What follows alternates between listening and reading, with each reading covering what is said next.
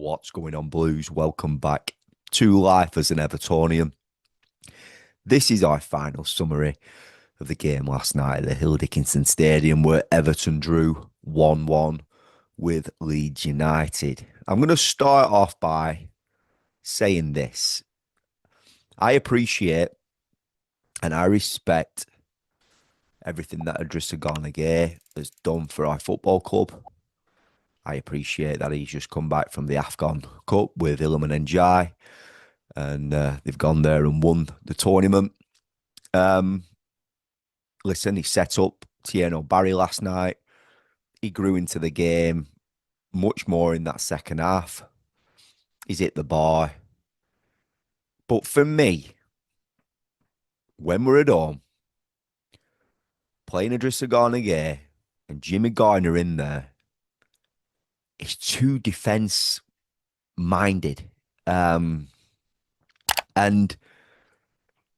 fair enough, he started the game last night and he's contributed with an assist. And again, like I've stated, he grew into the game. I thought he was poor first half. I thought his passing were really poor. Just couldn't get going. The connection between him and Jimmy and Harrison Armstrong was nowhere near what we saw when Everton played Aston Villa away last week and Merlin Rowe added a lot of legs in that midfield. So yeah, fair enough. He started. We're losing 1-0. We've gone into the second half. We've got back into the game. I don't understand why, because I'm telling you now, he was dead on his feet. He was knackered. I don't understand why, with 10 minutes to go, when Everton were building momentum, that David Moyes and the team of Everton on that bench, Bainesy, everyone, how they can't identify our Idrissa Gana Gueye is knackered and Merlin Rowe will come on and add more legs. I don't get it. And not only that, Mykolenko was absolutely, he was done as well. He was done as well. And when you bring the likes of Jared Branthwaite on, we've gone three at the back, he's giving you that left-sided protection naturally, just on his own. He could just defend on his own. He's that good. And I'm being honest. So I appreciate the system change. I appreciate Jared Branthwaite coming on, Keenan Dewsbury Hall. There is 3 windows of opportunity to make 5 substitutions. I don't understand that substitution of Beto coming on for Barry. Right.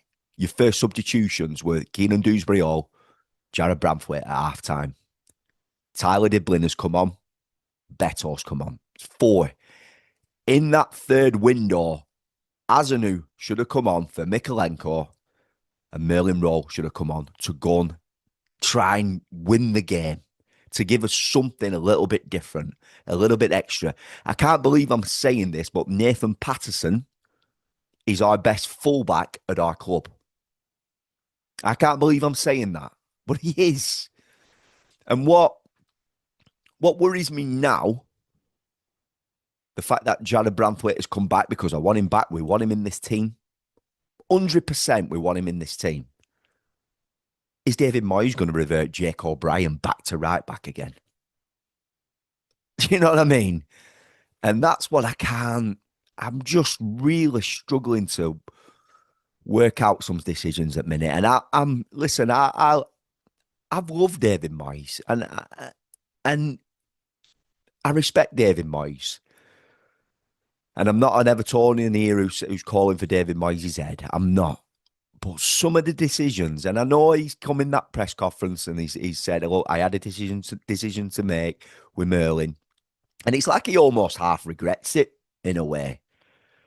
But at home, for me, again, Idrissa Gana Gueye, Jimmy Garner, I'm not saying they're similar, but they've got, like, we just need Jimmy's qualities in there as like a Perlo, someone who's coming to receive the ball and he'll win the ball. I don't know. It's just too defence mindset when we've got Idrissa in. And again, I appreciate everything Idrissa's done. I think when you're possibly, backs to the wall. He's good to have in there to sniff out the ball, and he finds places in the pitch, knowing to be where to be at the right time to get the ball. But we needed more legs in that midfield yesterday, and Moisey got it wrong. I think Merlin Rowe, even though he didn't start it, he should have at least come on. And I don't understand how the impact that Adam Azanu did in the FA Cup, he's not had a sniff since. And we've got the likes of Dwight McNeil. And I am coming on here now pretty much all the time and slating that lad because I don't know, he looks way off. So slow. He comes inside, he's getting caught out of position, he can't run back. And I just feel like Moisey just puts him in there because he knows every now and then he can like hit one. So he's in there just to like, McNeil can just like hit one. He spends half his time picking the mud off his boots, even though there's no mud on his boots. I don't know what he's picking off.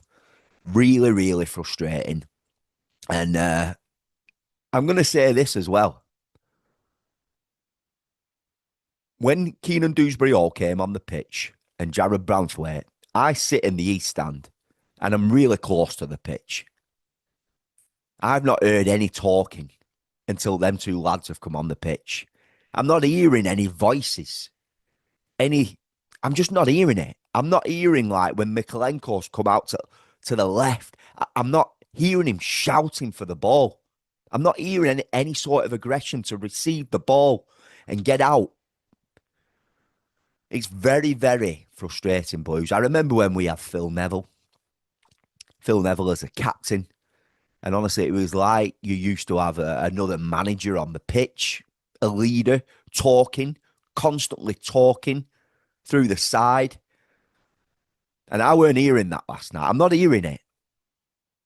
So there are a few things that I wanted to get off my chest in terms of what I'm seeing.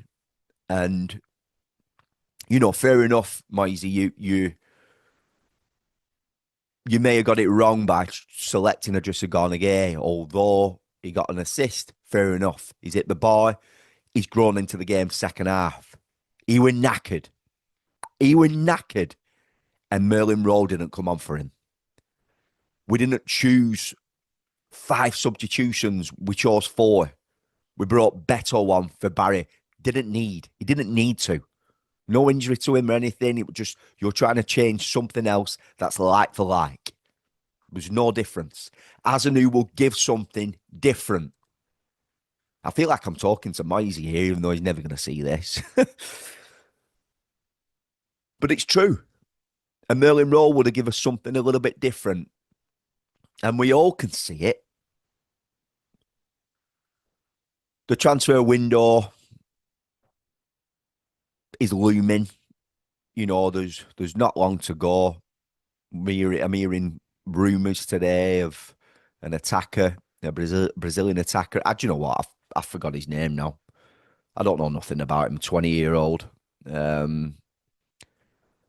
I think he's playing in Saudi Arabia. I don't know. But yeah, we're hearing rumours. Romelu Lukaku.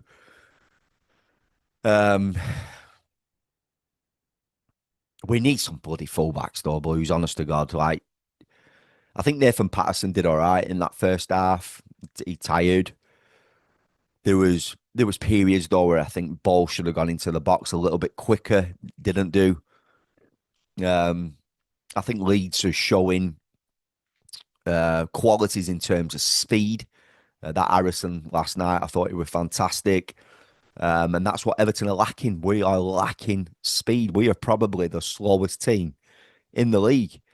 And sometimes it suits us when we're playing away from home in terms of the plays that we've got. And in obviously games where we've had like legs such as Merlin Rowe, we've done a job away from home. And I feel that Merlin Rowe had a really good game against Nottingham Forest as well. Yeah, he had a bit of a mare in the FA Cup at home, but God, we are appalling at home. And it needs to change, boys, because it's almost becoming a little bit of a daunting task in going to the Hill Dickinson Stadium, and it shouldn't feel like that. I did say in my pre-match, I had a feeling that this was the game where the shift was going to change and Everton going to come away with a nice, comfortable 2-0, 2-0 win. And, that weren't the case. We were lucky to go in at half time, only 1-0 down. Dominic Calvert-Lewin, it's in the post. And it's very frustrating at the minute, Blues. It's very slow. And, I just think changes should have been made differently last night. I appreciate the first change. I appreciate the system change and, Jarrah coming on and Keenan Dewsbury all, but to not identify those two changes, it reminded me of the Bournemouth game. Sean Dyche in charge when Everton were 2-0 up, in terms of some players that were dead on the feet and they weren't brought on, they weren't brought off. And other players were brought off like Njai and Dominic Calvert-Lewin, and there were nothing wrong with them at the Bournemouth game. And Decore were knackered, Mikalenko were knackered, and they needed to come off. And there's someone else as well, I can't remember. But in fact, that game was the reason why I created this YouTube channel. I had to get home and vent. I were in a bad place that game. And I don't want to feel like that. And I did last night. I'm like, how can you not see it? Do you know what I mean? So that it needs sorting, Blues. So let me know your thoughts. I'm going to leave this one there. I'm glad I've got that off my chest. And obviously, I didn't bring that in my content last night. I'm not going to go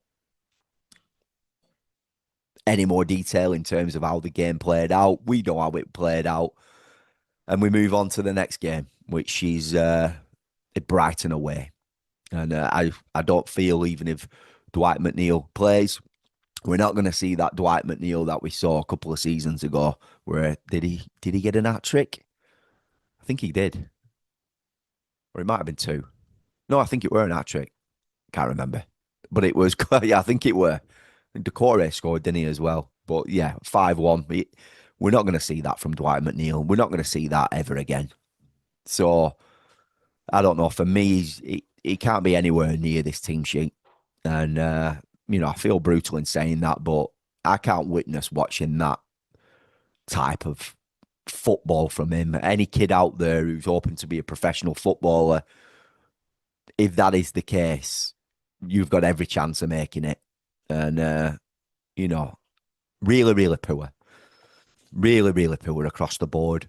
First half performance, yes, we improved in the second half, but there's a lot of work to be done in recruitment and in game management from David Moyes. They've got to identify things much quicker than they are, and they've got to use and utilise these 3 windows with 5 substitutions, because it is appalling. Blues, I'm definitely going to leave this one there. Subscribe to the channel. If you haven't done so already, click that bell to turn on post notifications. Up the toffees, and I'll see you in the next one.